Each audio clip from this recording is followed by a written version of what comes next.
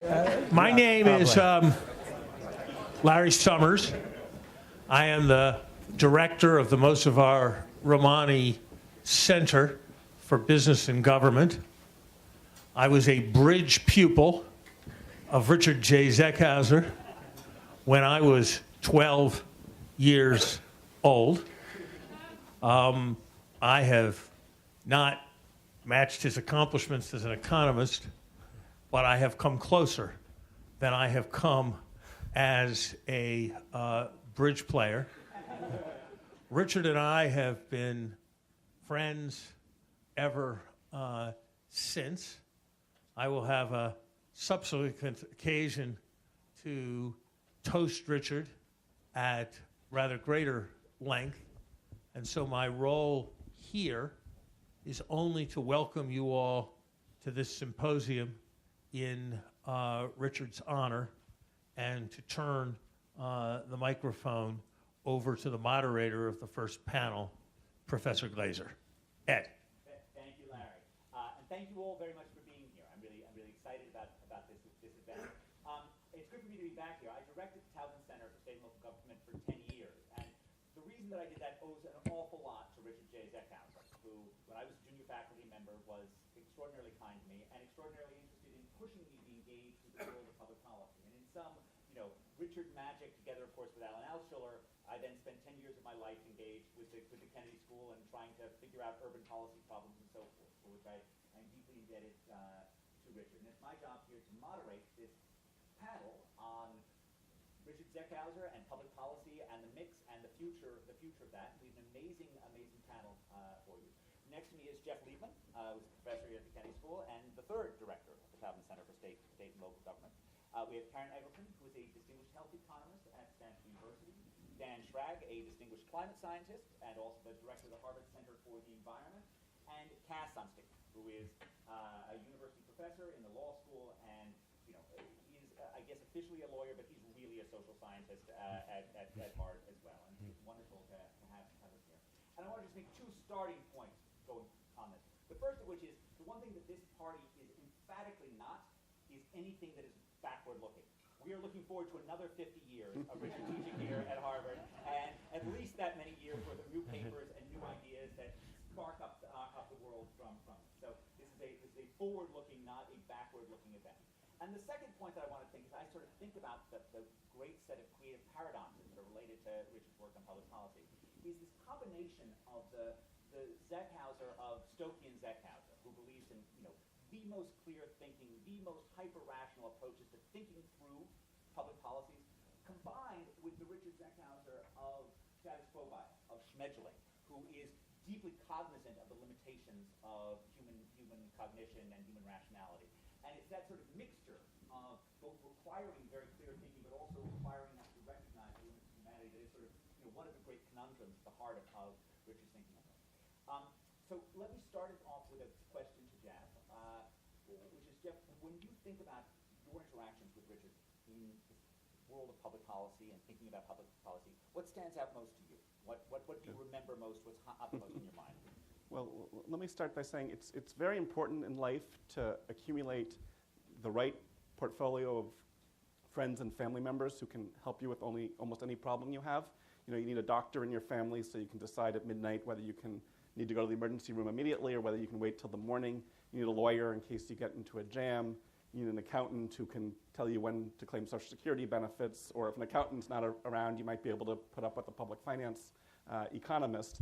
But most importantly, you need a decision theorist in your set of friends and family members. And if the decision theorist who's your friend happens to be the world's greatest decision theorist, that's even all the better.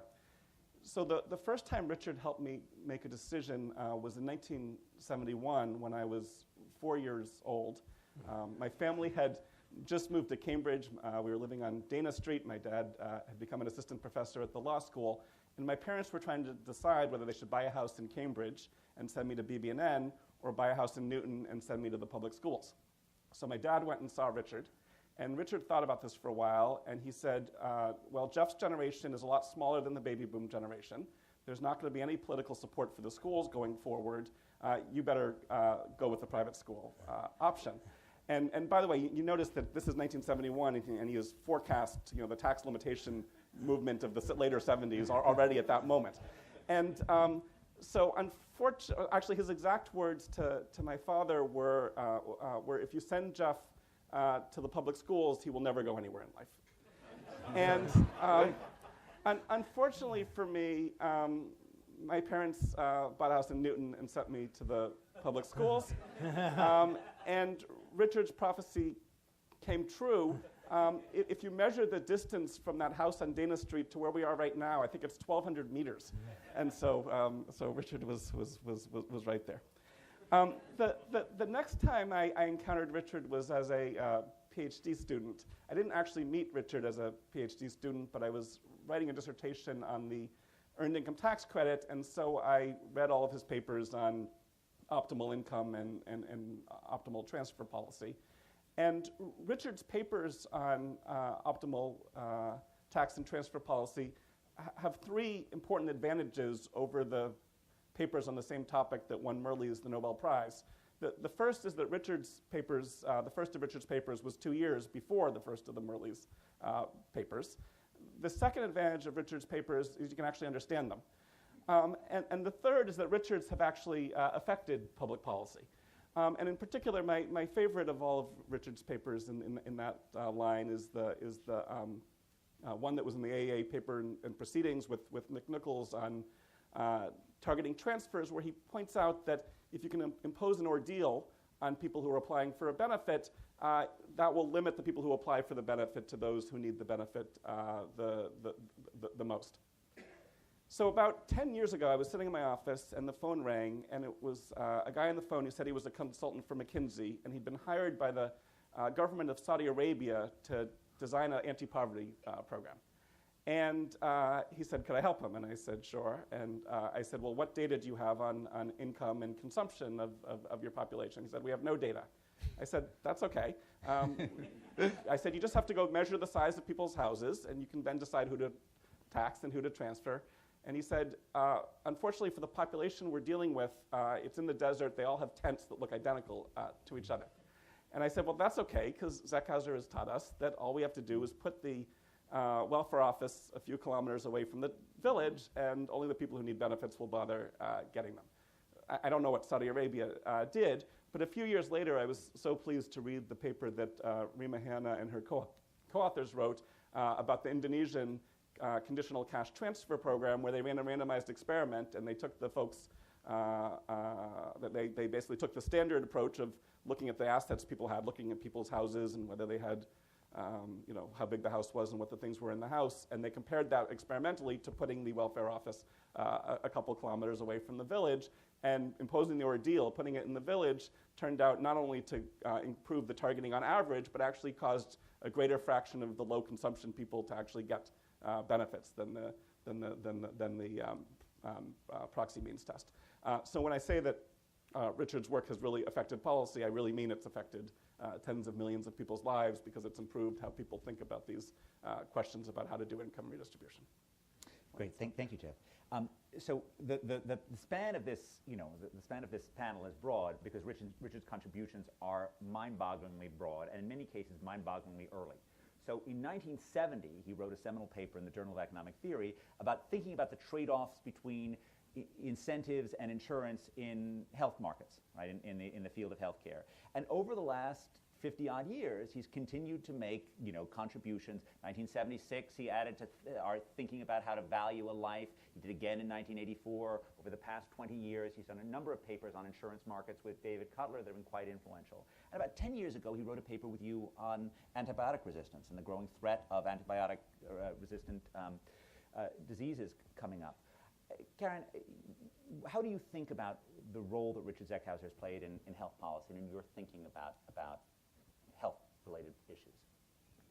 Well, thank you. It's a real honor to be here, and I might just add that in speaking with others over the years and looking forward, we're working on a book together also with Jack Donahue on China and the U.S. So when people know I'm working with him on a current project or knew about this event, other colleagues at Stanford said, oh, yes, Richard Zeckhauser, he's really made seminal contributions to our field and helped shape our thinking.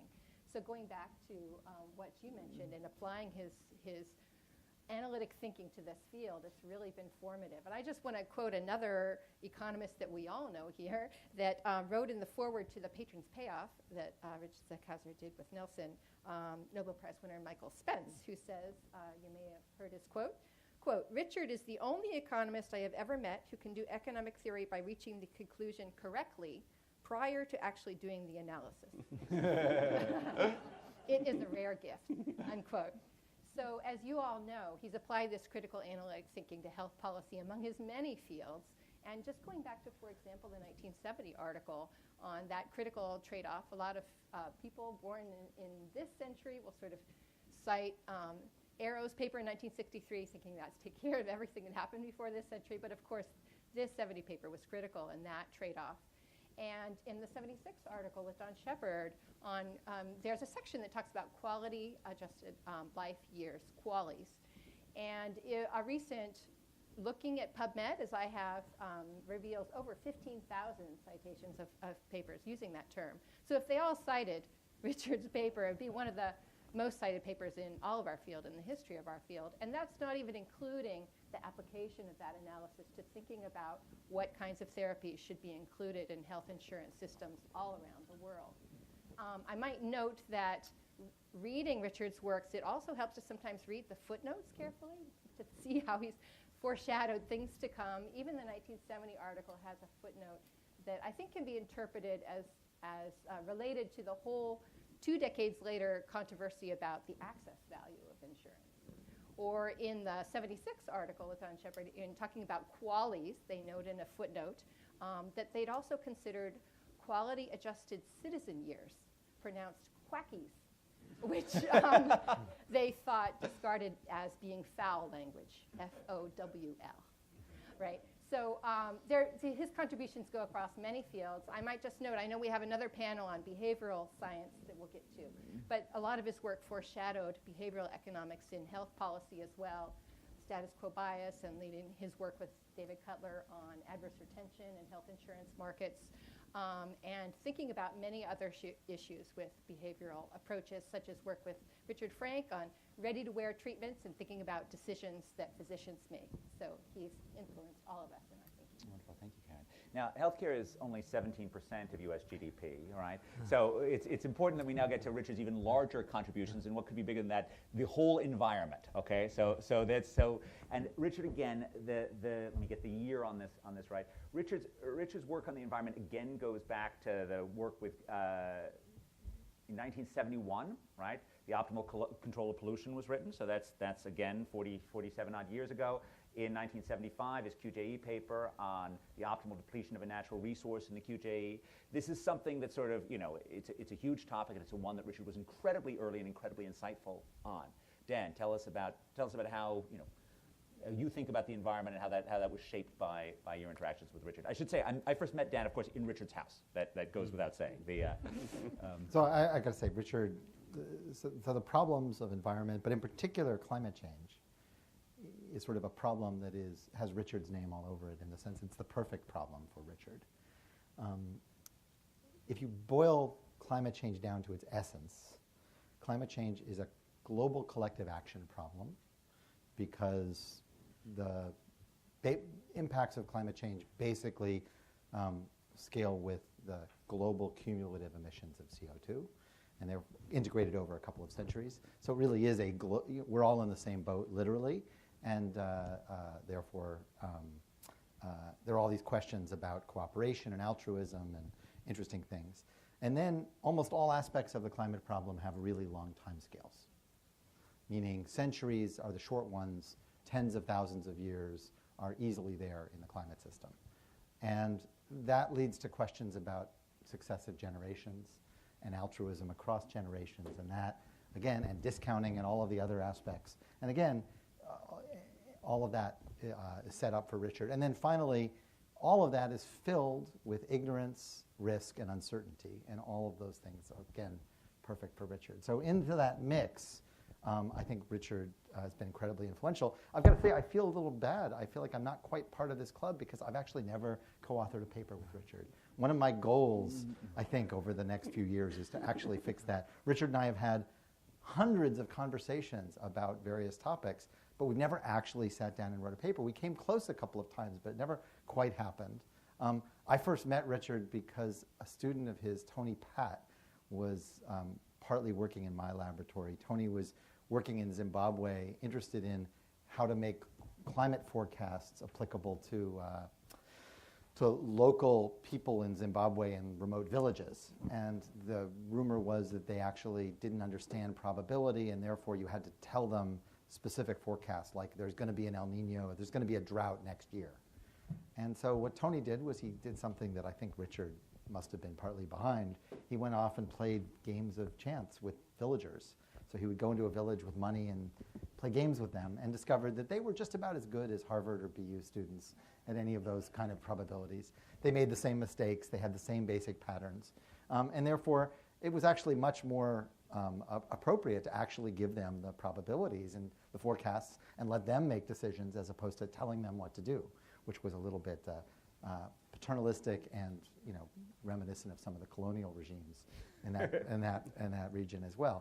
But that's how I got to know Richard, was really just being on Tony's committee. What was interesting was when I was asked to become the director of the Center for the Environment back in 2004, Richard was the first person I went to.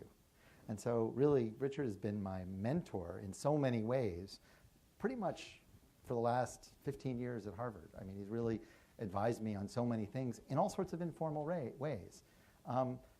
But the constant, as you put it, Ed, this interest in the question of how people should behave, and also why people don't necessarily behave the way we think they should. That tension is all over Richard's thinking about this. There's lots of different work on climate change that Richard's contributed to, co-authored with lots and lots of interesting people, and the breadth of his collaborators is partly extraordinary. But I just want to mention one paper in particular. It's also got a great title. For those of you who don't know, Richard is very good at titles, and this is a title called Pure and Total Altruism for Future Generations. I may have gotten that title slightly wrong. It might be backwards. Did I get it right, Richard? Close enough. It's close enough. Better than I. What's interesting about this paper, this is a somewhat technical paper because it actually gets after the idea of pure altruism, which is an old idea that comes out of Ramsey.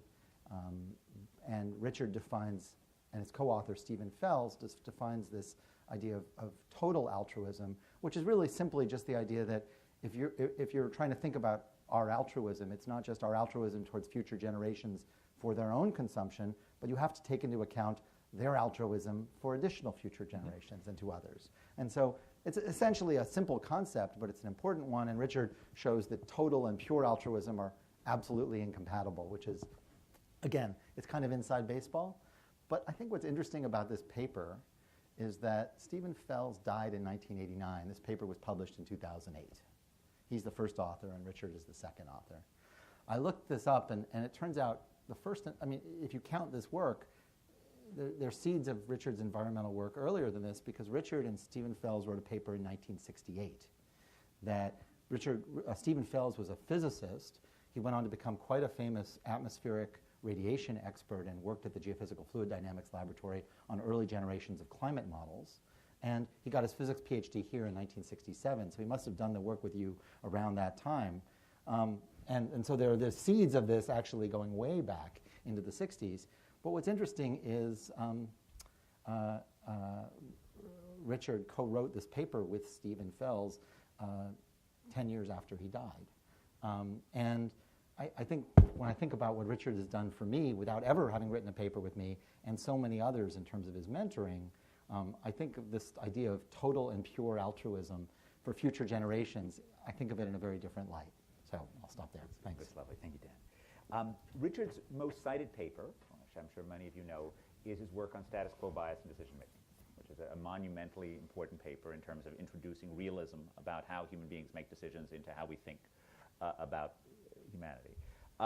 That idea plays a non-trivial role, I would say, in many of the suggestions in Nudge, hardly the only one, but it's part of it. And Nudge, of course, is Cass Sunstein's justly world-famous book, which has had a monumental policy influence. And there are groups throughout the world of figuring out how in the world they're going to put in behavioral insights into what they're doing. what do you think about as being the power of that insight, and what do you think are the limitations of that insight, Cass? What I mean, as you've thought about this, Okay, so here are two great ideas, one of which is in the status quo bias paper. I think it's one of the defining illustrations, and the other is external.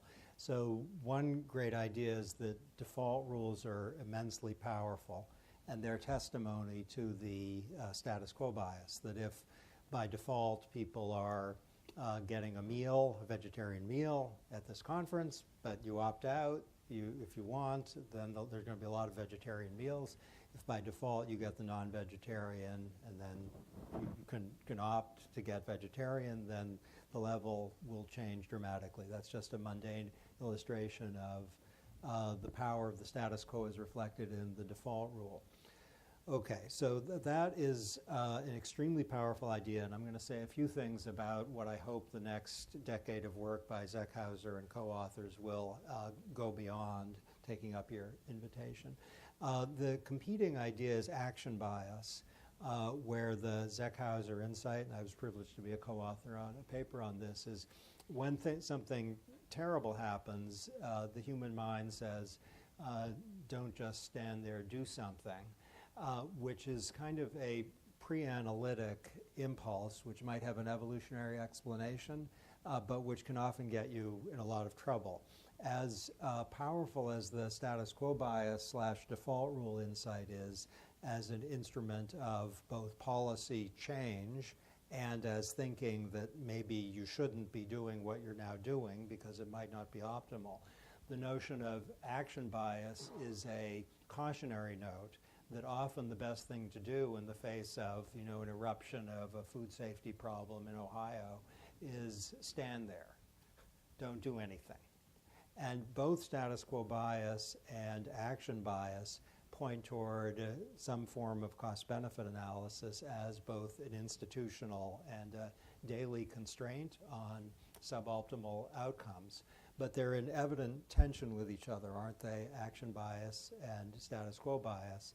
And there's a Zeckhauser paper to be written sorting out the first-order tension between them. I think implicit in his work on action bias is that it has boundary conditions that would show when it will defeat status quo bias. It would be worth teasing out the boundary conditions a bit better and knowing what are the mechanisms behind status quo bias such that they'll be defeated by action bias. It might be when inertia is not that big a deal. It might be when emotional intensity is high, as in the case of action bias. I can say that the status quo bias idea has shown up in an executive order from President Obama, which President Trump has endorsed. It has the charming name, Executive Order 13563, and it is defining of government's use of status quo bias and alertness to status quo bias as a policy instrument. Okay, for the future, it would be very valuable to do three things, I think. Thing one is to get real clarity on the relationship between action bias and status quo bias. The second is to have more knowledge, and maybe this could be modeled, but more knowledge, empirical knowledge about heterogeneity. So not every person is as subject to status quo bias as every other person. It might be that there's some external factor, like the informational signal set by the default, which is heard differently by different people. It might be that different people are different personality types. Some people are reactant by nature, and their reactance makes them rebel against the default rule. And that's something, I think, in line with the pervasive mischievousness of the Zeckhauser oeuvre. It's hard to think of an economist who's as mischievous as Zeckhauser is, and noting the heterogeneity and the problem of, or the phenomenon of reactance would be useful there. So there's a heterogeneity, and then for both to get clearer on, so there's relationship between the two, number one, heterogeneity, number two, and number three is boundary conditions for each. And I think we don't know a whole lot about the latter question, boundary conditions. That is, we know kind of, just by the theory and by practice, probably 80%, but a whole lot would be 95%. There's a great unpublished Zeckhauser paper about proceeding in the face of ignorance, not uncertainty. There's a literature of uncertainty on uncertainty. It's a new unpublished paper about ignorance. You can't assign probabilities and you don't know outcomes. I think that has some suggestive information drawing on literature, which could give us at least preliminary imaginative reflections on the boundary conditions issue. Cass, you are also almost, an iconic combination of the great Zeckhauser combination of both, being associated with the recognitions of psychological limitations with people, and also being practically an apostle of cost-benefit analysis rigorously applied, which is very much this combination of Zeckhauserian, clear public policy recognizing the limits of humanity. But of course, governments, have their own, as we know, governments have their own behavioral flaws. In fact, to an ignorant economist, there's a, status quo bias appears to be wrapped up as legal doctrine in stare decisis in a way. And of course, an action bias seems apparent constantly in politicians, where there's an urge to do something, whether or not you can do anything, not to signal to voters that you actually care about them. How is it that how do you think about those things as playing out in your experience in government? How did you see, various forms of biases in action around you in the Obama years? Well, because the head of the National Economic Council was so free from behavioral biases, there was Zeckhauserian rationality was running the show.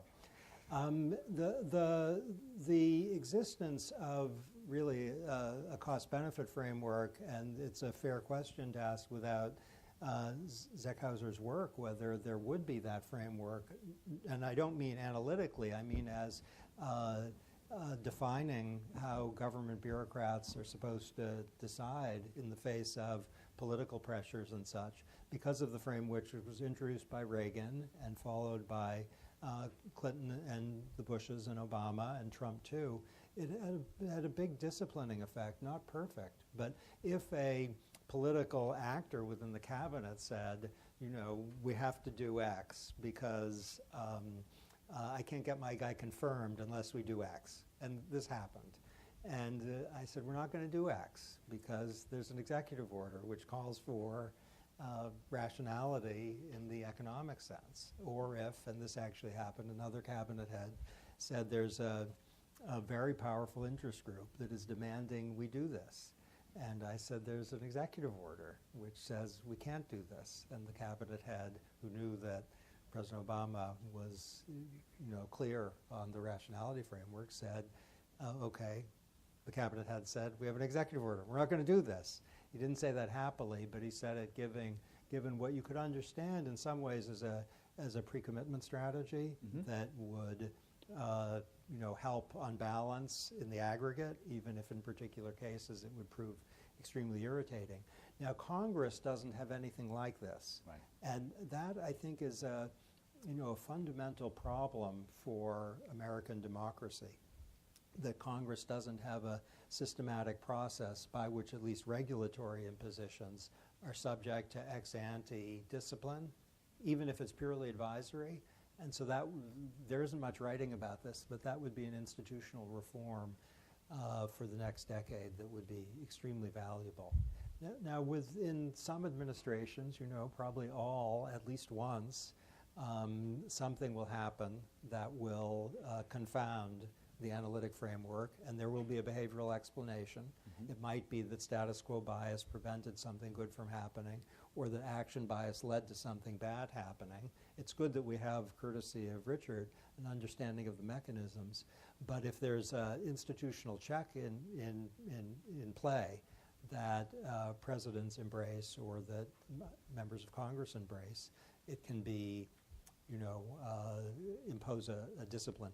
I love what you said, that the number of people who are aboard this train isn't that high, but it's a train that Zeckhauser is the commander, where the idea is that to have a normative framework, which is basically about optimization, in the face of recognition that human beings aren't like that.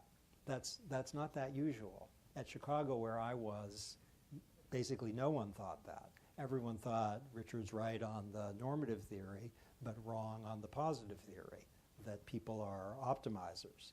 And among many of the people who are excited about behavioral economics, there's uncertainty about whether the optimization framework is normatively correct.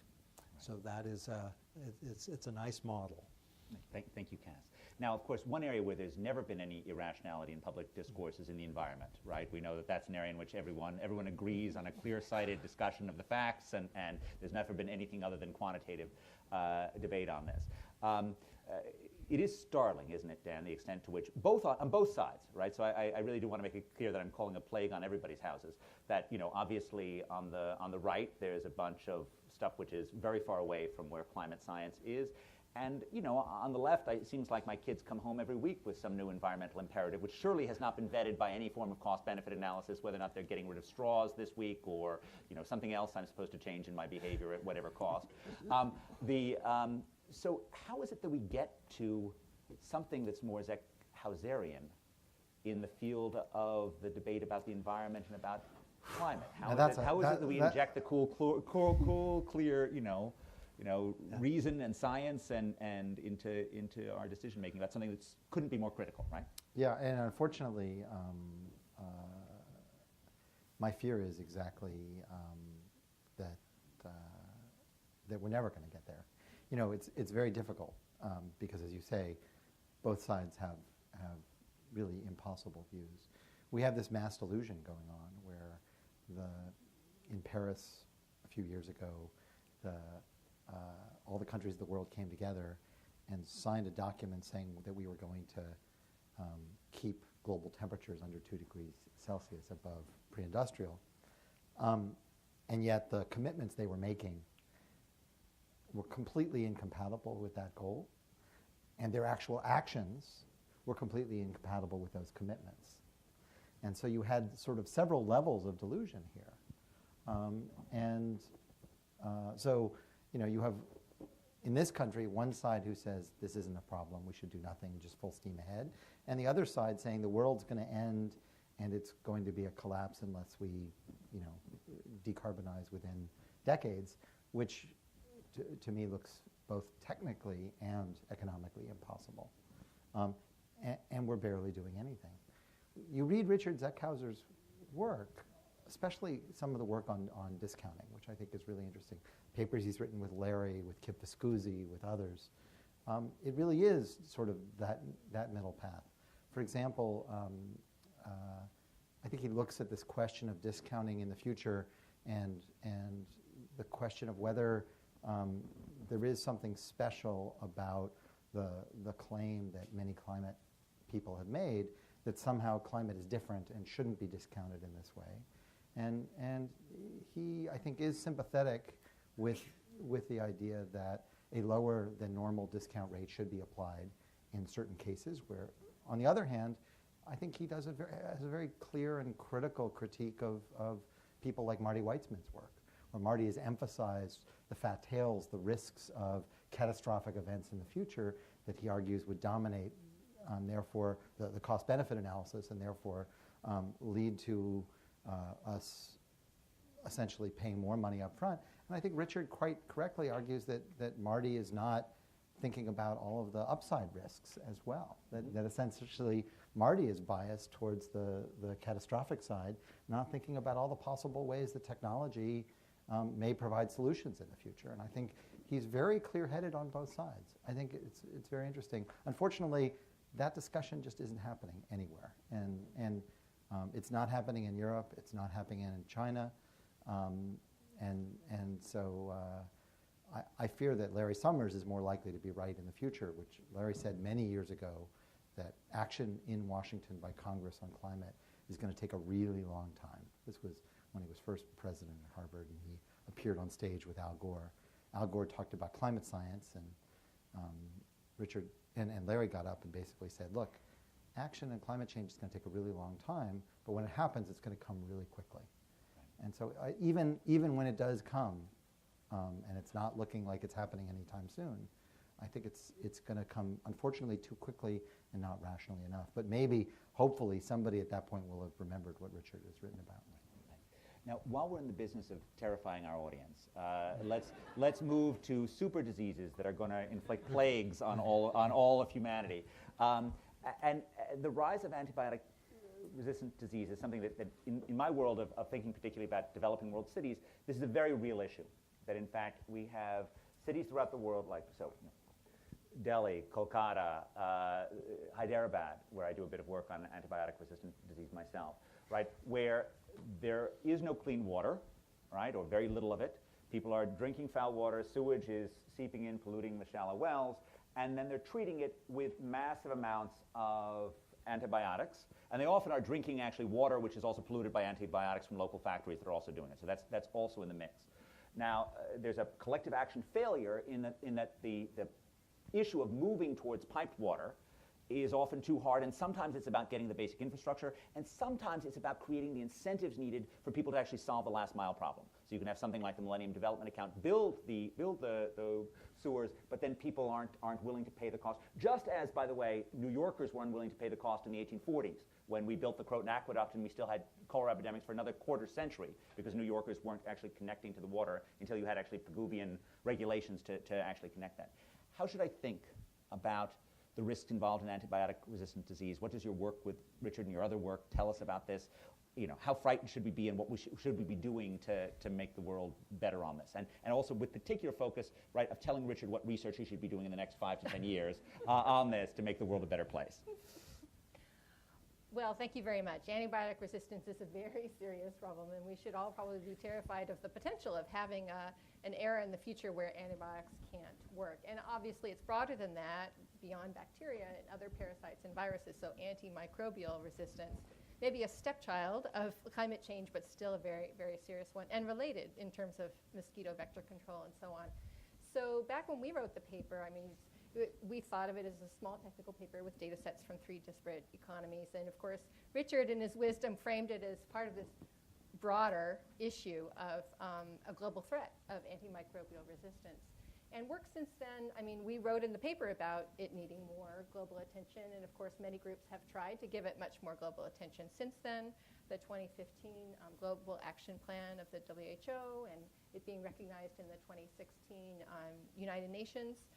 But much more obviously needs to be done. And it's one of those critical global public policy challenges that Richard Zeckhauser's framework for thinking about it is so necessary, right? Because it's not only a global issue where top-down decrees can try to play a role, but it's bottom-up to individual incentives, as you were talking about. Each patient when they decide, each physician when they prescribe.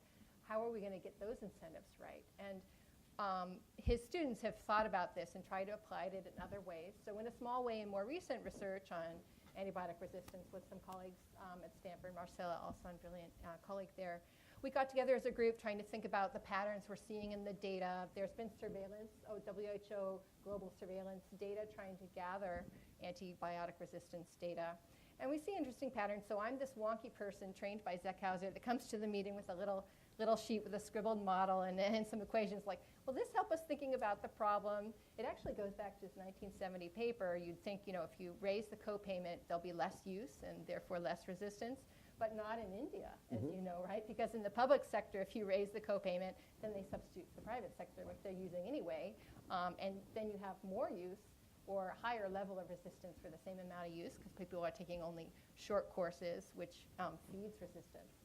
So I think we need a lot of Richard Zeckhauser's thinking about this problem. A lot has been done trying to do globally. China has an action plan. India has an action plan. But it's easy to say, teach physicians about antibiotic stewardship, tell patients not to take antibiotics without a prescription. It's another thing to make that happen and address this global public good of antibiotic effectiveness. And just in terms of the difference between China and India in implementation, is there a big difference? In many sort of urban problems, the Chinese are able to implement more effectively than India is. Is that difference also true in the healthcare area as well? Well, interestingly, we're writing a book about the health sector in China, among other things, in collaborative governance, that China also faces this question of working with different sectors. It's not a perfect response, but they are able to implement things perhaps more directly and quickly in some areas where they have political commitment. So in that sense, having the WHO see each country have a plan and take steps, there's a plan and they're starting to implement it. But China is also a huge billion-plus population with diverse, and what you can do in Shanghai is not the same as what you could do in rural Guizhou. So there's still a long way to go. Right, that makes sense. Jeff, what work have you got for Richard going forward? What do you think from your experience in Washington? What does Washington need of Zeckhauser in the years to come? Well, I think we need two things. I think we need him to teach for 50 more years. And I think we need, probably as part of the confirmation process, a test on Stokey and Zeckhauser. And let me explain why. So let me give you 3 examples. When I was at OMB, late in, I guess, 2009, I got put in charge of fixing the energy loan guarantee mess, which you all know by the name of Solyndra.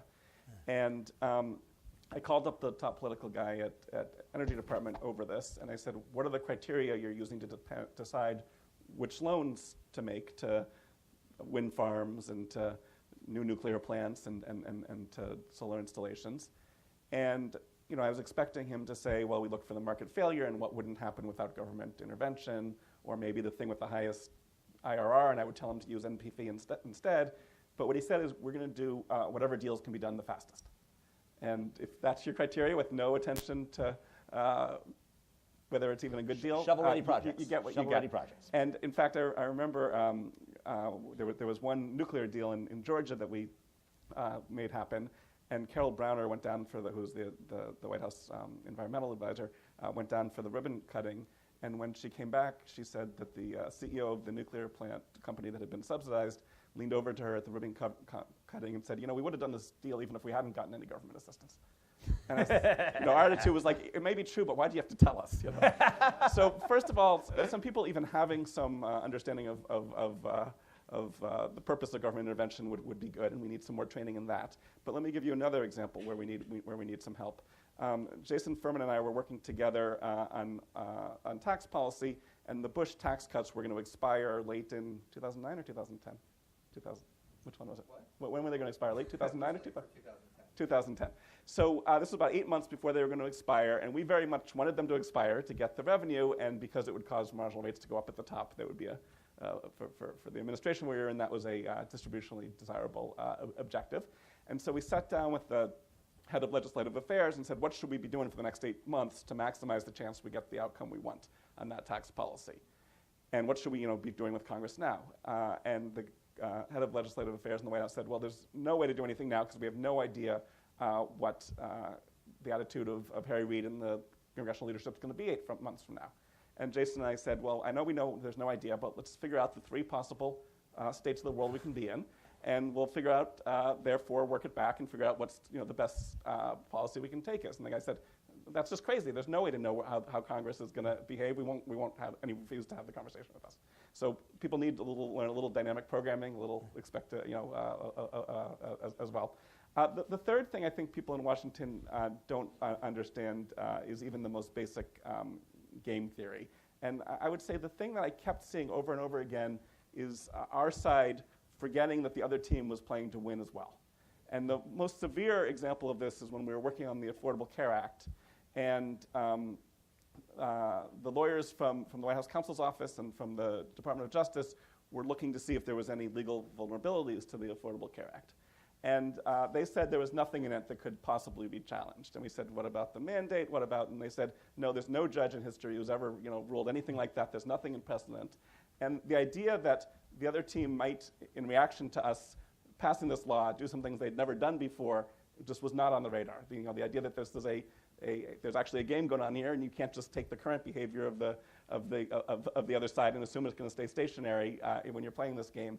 That has not seeped into many decision makers' toolkit as well. And so I think there's I think there are a lot of Richard's tools that have made it into Washington, but we have a long way to go. And so I think it's at least 50 more years of teaching that it's going to take us to get where we need to be. But this is a really first-order thing, right? Failing to anticipate the behavioral consequences of what you do, whether or not it's congestion pricing, you just think about the cost to you and not think about the reduction in traffic, or building more roads, not thinking about the extra traffic that it will create, and just thinking about the extra space available. I want to just do a last thing by actually asking the panelists to comment on the other person's problems. So, Cass, you've been in the environmental wars, right? You've been targeted by both sides of this. How would you, improve the discussion on climate in the U.S.? What clever behavioral nudges do you have to somehow to move us to a better place on the environment? Well, I think there's one answer. It's the social cost of carbon. So the social cost of carbon is a number. Under the Obama administration, it was $36, and it involved doing the best you could on the science and the economics, and it drove regulatory policy where the regulations that have developed and in bulk they're intact, notwithstanding the headlines, which, if they were fully intact, would be getting us pretty close to what a mildly aggressive, I'm looking at Jason because he has all the numbers, but what a mildly aggressive carbon tax would get us to in the United States would be pretty close to what the regulatory output was. Very significant reductions from cars and trucks and significant reductions from power plants also, energy efficiency requirements, and it's all built in the social cost of carbon. So to figure out what the right social cost of carbon is I think the solution, and eventually to use it as a basis for carbon tracks, which is what Nordhaus has been pushed for a long time, that would be great. Dan, does that sound right to you? Well, I just want to push back. No, you should push back. We want that. It seems to me that arguing about exactly what the social cost of carbon can be is fine, but let's also agree that the effective cost of carbon in the economy is so much lower than what we all think it should be, that in some ways we're having the wrong argument, because I'm not sure I agree with you that things like the Clean Power Plan would have gotten us close to that social cost of carbon. The total. So this is knowable. So if you put together the 40-odd energy efficiency regulations with the fuel economy regulations from cars and trucks, with the Clean Power Plan, whether that's going to look like a cap and trade program or a carbon tax, it depends on the numbers of the latter. But in terms of meeting the Paris commitments, we were well on our way, and we're still a significant portion of our way by virtue of that assortment of interventions. I guess I was a little more. I was. You're allowed to push back. You should push advising, back, Dan. We want intellectual I was advising disagreement. President Obama at the time also on the science and technology, and I was not convinced that the Paris goals were achievable ever by the U.S. and that they were stretch goals, and I thought they were extremely unlikely. In some ways, it's great now. Did you think they were the right goals, Dan? Well, that would suggest that either the social cost of carbon was too low, or the goals are the wrong goals. Yeah, I think, and the answer is maybe or both. Well, they couldn't both, because if the social cost of carbon was right, then everything's fine, and if the Paris goals were right, then the social cost of carbon's too low. No, I meant they may both be wrong, which is possible. I mean, I think this is actually another Zeckhauser discussion that I've had. Richard and I were talking. I think you remember it, Richard. We talked about the turnpike problem and how this gets into the question of climate change. Frankly, I think one of the problems that we have in climate policy in the U.S. and all over the world is we focus much too much on near-term goals. Now, you need near-term goals. I understand that from a very practical perspective, but the climate system doesn't care. Stokey Zeckhauser thing, in a way I think shouldn't be controversial. Get the right social cost of carbon, and then either use it as a basis for a carbon tax, or if you don't have that, bake it into every regulation, and we're golden. I wish it were that easy. Well, it happened. It did happen. So it was that easy. Dan, you could either respond to that, or do you want to say something about, in terms of making the case for global awareness about health issues? Are there two lessons that you think from the climate wars that are worthwhile drawing out on? I think that's a tough question. I think I'm not sure what the climate wars have to teach us about the healthcare discussion, but I would say I would say that. I was thinking more about sort of fears, and they share in common fears of a bunch of tail risk that then gets used in different ways in the public debate. Yeah, I mean, I think a question, they certainly both involve questions about thinking about the future and what the value of costs and benefits in the future are. And the fact is, our political system seems to make a real mess of those. And so if we could all listen to some of the discussion of how to think about utility in future generations, I think would be great help to all of these problems. Karen, how do you think about democratic versus non-democratic policymaking and introducing, Zeckhauserian thinking into regimes that have to answer to elections and ones that have accountability, but accountability that's far more murky, at least to figure out? Well, since that's such an easy question, and maybe you pass it along to my colleagues here. Clearly, this is something we have to think about in our current book, since we're talking about policy in the U.S. and in China. And of course, China does have elections in its villages, if you don't know, but obviously not at central leadership level. But there are various aspects of Zeckhauser's reasoning which can apply in many arenas. And thinking about, for example, transparency in policy and how you solicit input to your policies. Indeed, we were both at a conference in 2013 on civil society when the term was considered, you're not supposed to discuss civil society, but the conference went on and we were discussing civil society at the time. And I think this framework, Richard has a very interesting, and it alludes to what some of our colleagues spoke about before, a very interesting combination of thinking about absolute faith in how economics can be applied to any broad public policy question, and that's built into all of us who have studied with him and have been mentored by him. But also this idea of ignorance as a state of the world, but also humility as an economist to thinking about policy. And it's quite formative. I mean, anyone who uses ignorance as a central term is well-grounded in lack of hubris. And so I think in terms of analyses, we often want to take a step back and think, what's the world going to be like in a decade, 2 decades, 3 decades? Do we know how this is going to play out? There are many people that foresaw with economic change will obviously lead to Western-style democracy. Is that always going to happen? Not always sure. But we can still apply that framework. Indeed, I'm one of the people among his many disciples that came up at a very interesting time in economics in the 1990s when people interested in China and former Soviet Union saw them transitioning from central planning to markets. But none of us foresaw there was going to be a deep transformational recession. And I saw that as a lesson in humility for our profession. And of course, the more recent financial crisis lays that out. Absolutely. And I think it's really interesting part of Zeckhauser's legacy to have that kind of humility and recognizing ignorance along with deep grounded faith that careful thinking is applicable to these complex questions. That's lovely and right. I mean, that seems exactly right.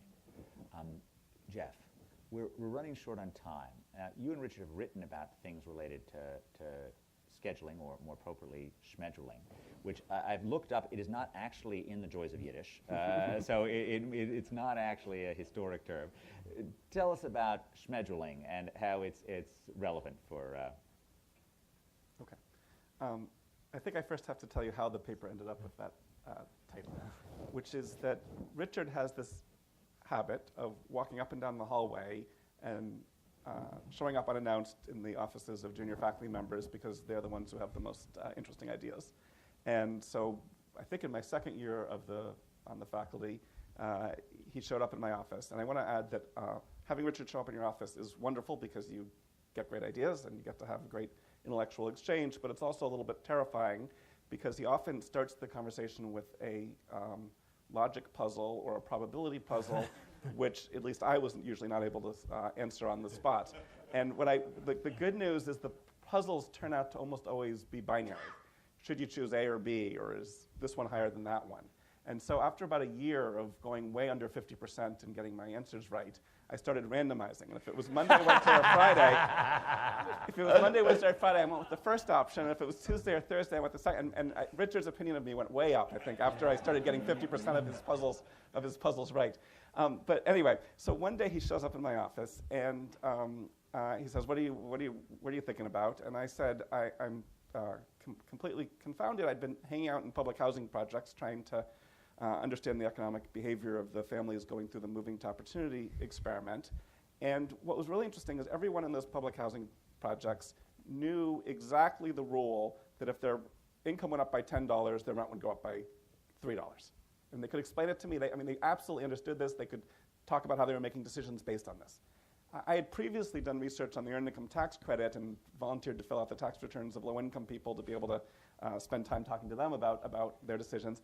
And they had no idea the earned income tax credit existed. They had no idea how the phase-out worked. So you got the same population, and in one case, they completely get the incentive and are hyper-rational. In the other case, no idea at all even the program exists, and I was puzzled by this. So I explained this puzzle to Richard, and his face lit up, and I looked at him, and he said, I've had this title in my head for 15 years, schmeduling, and I haven't had a paper to go with it.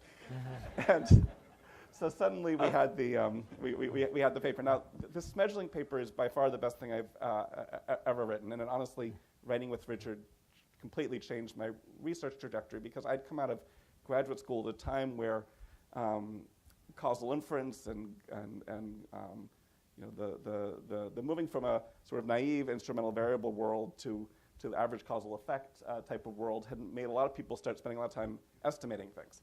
And what Richard taught me was that papers where the contribution is a parameter estimate are not worth writing, that they have to have a conceptual point to them if they're going to be an important paper. And so I sort of, it very much was a pivotal paper in my career. Now the embarrassing part about this paper is we've never submitted it anywhere because we've never quite finished it, or more importantly, I've never quite finished it. And so we're still working on it now. What is it, 17 years later? But soon we're going to get this paper, published. I will tell you one story about this paper that maybe 15 years ago, and I will not say the context. I was reading a letter from Richard discussing Jeff, and of course it was full of praise, but of course the thing that Jeff had done that was the greatest thing that he'd ever done was he'd co-authored this amazing paper called Schmeduling, which was the great contribution. I have another unfinished paper with Richard, which was called Tugging Transfers. Do you remember that one? And that one I have a little better excuse for. We had a third co-author we added, which was this brilliant Chinese mathematician who was doing all the work. And he had been been part of the Tiananmen protests and had come to the U.S. And at some point he made the mistake of sneaking back into China. And he's back again? He's at this very event. Oh. John Lee, where are you? Oh, we can finish the paper. So you're gonna work on the. Now we can finish the paper. You're gonna work on the paper after the seminar, right? That is wonderful. All right, well we can finish that paper. I thought I had an excuse on that paper. Wonderful. You gotta be careful, Jeff. Wow. We've got about 12 minutes, so let's open up the microphones. So I want to just make it clear, we are not on normal form rules. Okay, so you should feel free to ask a question to the panel, but if you want to just get up and say something about Richard Zeckhauser that you think is interesting, you should absolutely feel free to do that as well, and we have about 15 minutes to do that. So if the microphones are there, and if people want to just come and line up behind the mics, that would be great. Okay, or I can keep on asking questions. No, go, please. There, right there. Right there.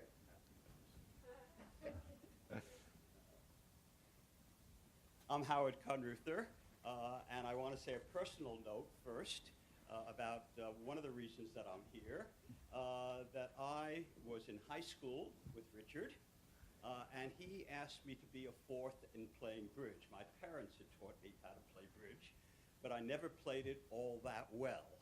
And like Larry Summers, I have not really been successful at bridge, and I hadn't played it for 30 or 40 years. But Richard, of course, as we all know, and it's even here in the little blurb, is the champion here in this area. But Richard and I have had a history together for a number of years because of our interest in uncertainty and decision-making and low probability events. I've never written a paper with Richard, although we've talked about doing that for a number of years, and hopefully, now that we have others who have said they have to write a paper, I hope that we will do that together. But one of the things that I wanted to comment on and then raise a question for the panel, and Richard will talk, I guess, a little later on. I think it's really very interesting to have heard the discussion, Cass and Dan, about climate change. I just happened to finish the New York Times magazine on the plane this morning, the one in August that talked about the history of climate change and the fact that it almost had an agreement made with Bush and in the Netherlands in the 1988-89, and it failed for a whole variety of political reasons. But what I thought was an interesting dialogue here, and maybe you can comment on this, was the notion that Richard, of course, played a key role on the status quo bias and the action bias, and the challenges that you raised, Cass, and that Dan was referring to as well. And I think that there's a real interesting opportunity, and I'll raise it as an opportunity. I happen to have been on the IPCC, for full disclosure, panel for 4 years, where I chaired the Uncertainty Policy Committee, and we actually got behavioral economics in there because of Tony Patt, who was on that, and Elke Weber and others, and we actually highlighted the importance of that. And I was surprised to have learned, because I'm not a climate scientist, that behavioral issues had never been discussed at IPCC until Elke Weber played a key role in doing that. But in the process of doing that and thinking about those issues, using the framework that Richard has played a key role, and everyone on the panel, I think, has played a key role, it struck us that there is this real challenge of how we can take advantage of a particular event. And let me mention the events that I am thinking about. Hurricane Harvey, Baton Rouge, Hurricane Florence, what we've had now in the last year in terms of the hurricanes that have occurred, and the one that almost had serious effects on communities in Florida. Can we use the action bias to motivate people to somehow see the tremendous importance of dealing with the myopia issue and the other issues of the short run because of the problems that we've had? And at the same time recognize that there's the status quo that we don't kind of want to change, and we have excuses for saying that there's uncertainty and why should we even change. So I'm wondering if you could comment, and others on the panel might make some comments with respect to how do we take advantage of these kinds of things that are happening right now in a world that is not recognizing climate change, at least in the US, other places, to somehow see whether or not we can deal with that. And this is, just for full disclosure, this is the key issue that we're focusing on at our Wharton Risk Management and Decision Process Center with Carolyn Kuski, who is a former student of Richard and would have been here today had her family not been planning a visit for a number of years. And we're trying to figure out how we can implement policies, not just somehow say that these are biases or these are things. And it strikes me from the discussion we had now, there's a real opportunity to perhaps address that issue in a way that we can make some steps forward. I'll leave it at that. So this is great. This depiction of that. No, please. This depiction of the political process seems, sadly plausible to me. Brief moments of terror, overreaction, excitement, followed by long periods of sitting in the mud, doing nothing between those moments. So, I mean, reactions to the reactions. Yeah, I mean, there's as you're talking, Howard, it's a great question. There's a contrast among terrorism, abandoned hazardous waste dumps, and climate change, where for terrorism, there's, let's call it an availability cascade, where a single incident fuels mutually reinforcing cascade effects among citizens. So it's like a boundedly rational version of an informational cascade, which in the case of terrorism, in a hurry, produced precautions of a sort that technical people had been urging for decade plus on the ground that the risk of this happening was high enough to justify the precautions, and then they all came in a hurry. For abandoned hazardous waste dumps, something very similar happened, where what happened at Love Canal produced a cascade effect by which legislative activity and EPA action came in a hurry. And then the question is, can that happen for climate change? It's much harder, and I'm pondering why exactly. Is it the causal connection between a hurricane and climate change is less self-evident than the causal connection between there's a waste dump there and a bunch of people then got sick? Or is it that the temporal connection is to, many citizens just too conjectural, not just the scientific causation, just people are going to get hurt 50, 100 years from now? Is that a problem? Or, and I think this is the reason why it's less likely to work, and this is something, maybe the only area of all of social science where I don't believe Richard has worked in, though I'm probably wrong in that. There's probably no area in which he hasn't worked. It's about people's conceptions of their identity. So for climate change, so many people think that their self-understanding is such that to worry about climate change is just not possible. That is, then they become a different sort of person, a kind of person they don't want to be. They become a climate change worried person, and they're not that. And so that, it's a form of motivated reasoning on steroids, which makes even a highly salient example less likely to initiate, let's say, a sufficiently powerful availability cascade.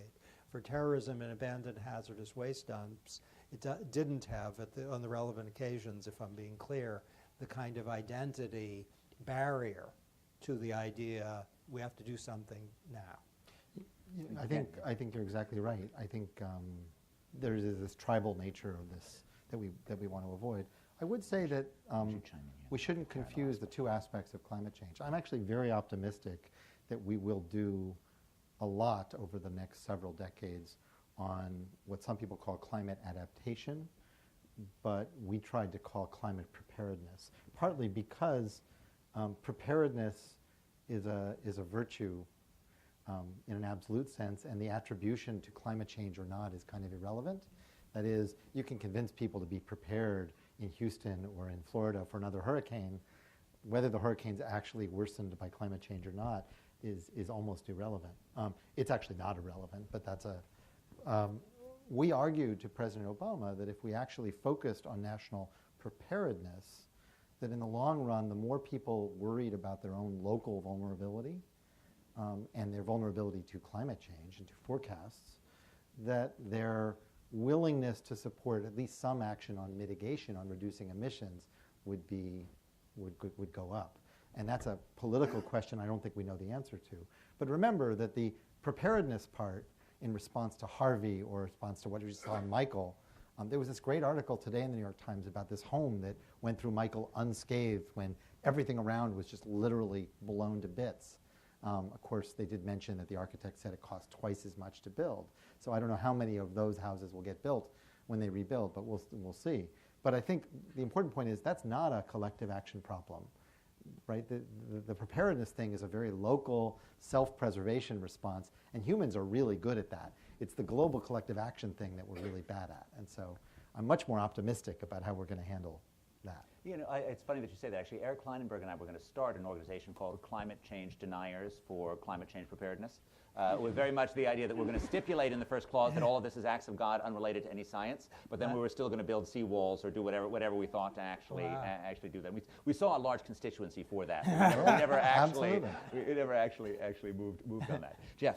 Well, I was going to, your last sentence previewed what I think I was going to say. I think the thing that makes climate change hard is the global aspect of it. I think there will be a policy window at some point in the U.S. where the politics will be such that we can do our domestic activity in response to some action-forcing event. The problem is that's whatever the domestic action-forcing event is won't trigger a Chinese domestic forcing event. And so I think the question here is around how you come up with the clever incentives for global coordination. And you know, the best thing I've seen on this was, I don't know if you remember David Bradford's proposal from I guess it must be 10, 15 years ago, to get every country to agree on the business as usual path, and then have the rich countries, so they don't have to agree on how much each country should reduce, but agree on the business as usual path, and then have the rich countries contribute to a big fund that other countries could voluntarily be paid from to reduce their emissions. I don't know if that's the response, but I think there are clever international mechanisms that can be set up, and we need to be spending more time thinking about that. Yeah, I don't know. What it is interesting is this action bias effect, at least with respect to disasters. And Cass, you can correct me if I'm wrong about this, but empirically, what I've seen is that window is remarkably short. It's like a month or two, or maybe a few months. Well, in the case of Hurricane Sandy, so Superstorm Sandy hit New York, and Mayor Bloomberg had basically a few months to impose some stuff, but a year or two later, if you actually say what really got done to prepare New York for the next one, there are some things, but it's not as much as you would hope for. What I'm thinking as you all talk, and Ed refers to the Richard's emphasis on policy analysis combined with a recognition of behavioral biases. The Montreal Protocol, there was a time maybe 3 years before the Montreal Protocol, which is a global problem, the ozone layer, where that was not possible. That was science fiction crazy thinking that we'd have a Montreal Protocol. And yet it happened. The world has basically solved the ozone depletion problem, which was on as identitarian grounds almost ridiculed by skeptics. Remember, Gore was ozone man because he believed in it, and Ronald Reagan was the hero behind the Montreal Protocol. Margaret Thatcher, really. But you know, Ted Parson just stood up, and Ronald Ted wrote a Reagan, book really. about this, so maybe we should let Ronald him Reagan was the hero. jump He into made this. it happen for the world, and he had credibility because he was the American president. And the reason Reagan did it was a combination of policy analytic stuff, the Council of Economic Advisors. I think it was Jason, who was 7 years old, but kind of the head of the, and he came in with the numbers, and Reagan said, "Oh my God!" But there were also some behavioral things about saliency of a big hole over Australia. Karen, this occurs in. Hold on, let me just ask. Karen, this occurs in the case of health, right? As well. This is also an issue that you have an epidemic of Ebola, and then you have then you have an immediate flurry of activity, and then it dies away as well. Yes, although sometimes that could be, our Chinese colleague could probably say more, but the Chinese word for crisis is weiji, from the dangerous opportunity, and sometimes the opportunity can be acted upon. So some might say the severe acute respiratory syndrome crisis in China spurred its whole health reform, and now it has universal health coverage. Wonderful, thanks. Hi, thanks. I'm Ted Parson. And it was a happy accident that you started talking about ozone after I got up to ask an unrelated question. And I'm happy to talk about ozone all day, and the lessons of that for climate change remain inadequately mined.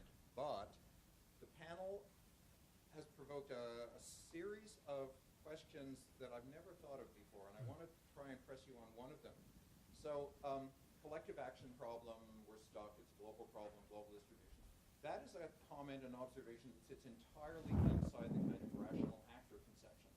But the whole purpose of this seminar is to celebrate the tension and the potentially constructive interactions between the two conceptions.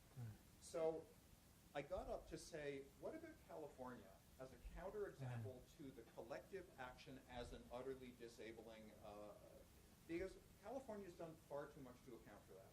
So let me ask you to reflect on the extent to which effective mobilization of better founded behavioral insights can be deployed to overcome rationality conundrums such as the collective action problem. Can we fool people into doing what's good and effective and collectively beneficial despite the collective action conundrums? And does California hold instructive examples? Bill Nordhaus talked about British Columbia, but I think actually California is the stronger example for both these days. Wonderful, thank you. Oh. Anyone want to?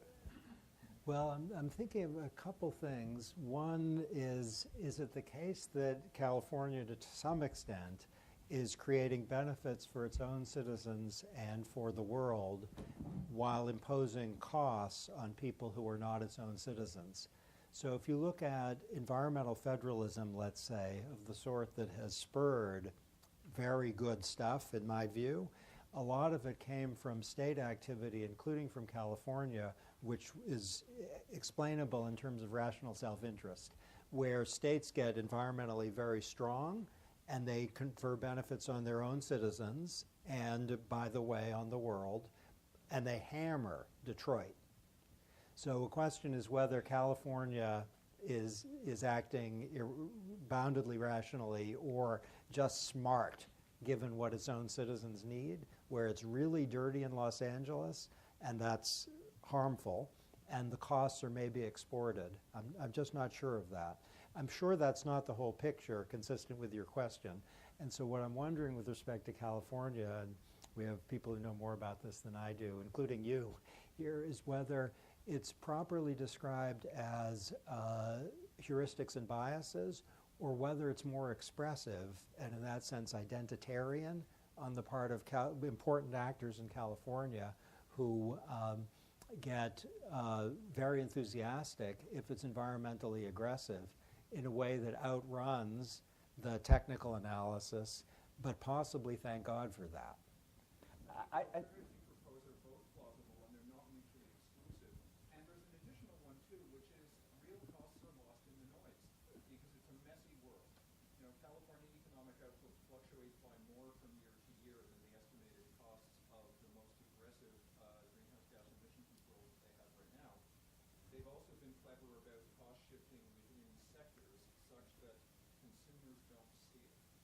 So costs on Detroit, maybe. Costs on Houston, absolutely. But more than expressive identity stuff too. But I think actually the strongest examples of error versus externality are actually in the health field. So take an example of unsafe sex in the 1980s, right, where clearly there was an externality associated with that.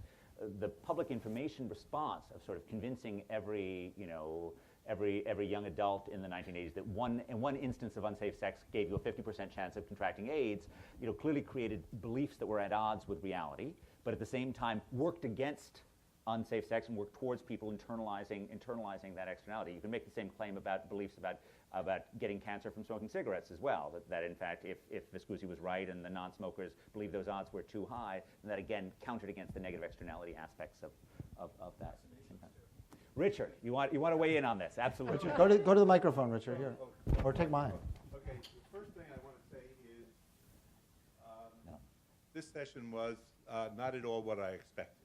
And I want to apologize to my students. I told them that they should come here and they were going to hear 4 substantive talks on, government, various areas of government policy. Okay, so I mean, whereas a lot of discussion of my bibliography, I wish I had studied it. The second point is, in my class now, we're discussing moral hazard, and I want to warn them about moral hazard here. The costs of exaggeration are relatively small. The rewards to being nice are very high. And then there's another subject that we talk about in my class, which is the way competition operates. And the way competition operates is, if Ed says something nice, Jeff has to say something a little bit nicer, and so on and so forth. And I want to also apologize to all the people in this room who are my collaborators, many of whom are predominantly responsible for the fact that I've produced any of this work. And if every time somebody had mentioned one of my papers, they had said, collaborator, put your hand in the air, by this time we have lots and lots of hands in the air. So they haven't done as well as they should have. So I would like to recognize all of them. Finally, on this notion of fooling all the people all the time, or some of the people some of the time, I should mention that my wife, who's about as straightforward a person as you can get, is actually a descendant of P.T. Barnum. And until her generation, everybody was embarrassed about this. But now we all sort of admire the guy who sort of said this way, at the freak show, said this way to the egress, and everybody rushed to it, but of course it meant that was where the exit lay, so it got the people out of the room. Finally, I wanted to say something slightly more serious about the idea of people maybe helping in ways that don't look rational. A number of years ago, Derek Bach wrote a book on happiness. And I discussed it with him quite a bit and gave him some comments. And after the book was all published, I went to his office one day and I said, tell me, Derek, what have you really learned about what makes people happy? And he says, not very much, but the one thing that makes them happy is helping other people. And it may be that there's something to what we could call collective altruism that could maybe help us with some of our public policy problems. And I've never seen that concept discussed, but there are some young people in this room who are on their way to tenure, writing their dissertations, just getting their MPP degree, who might want to think about that. So anyway, I was going to sort of say, I was sort of, I'm a bridge player, I don't like to be fooled. I was fooled. I don't know what to say about that, but I'm really appreciative of the panel.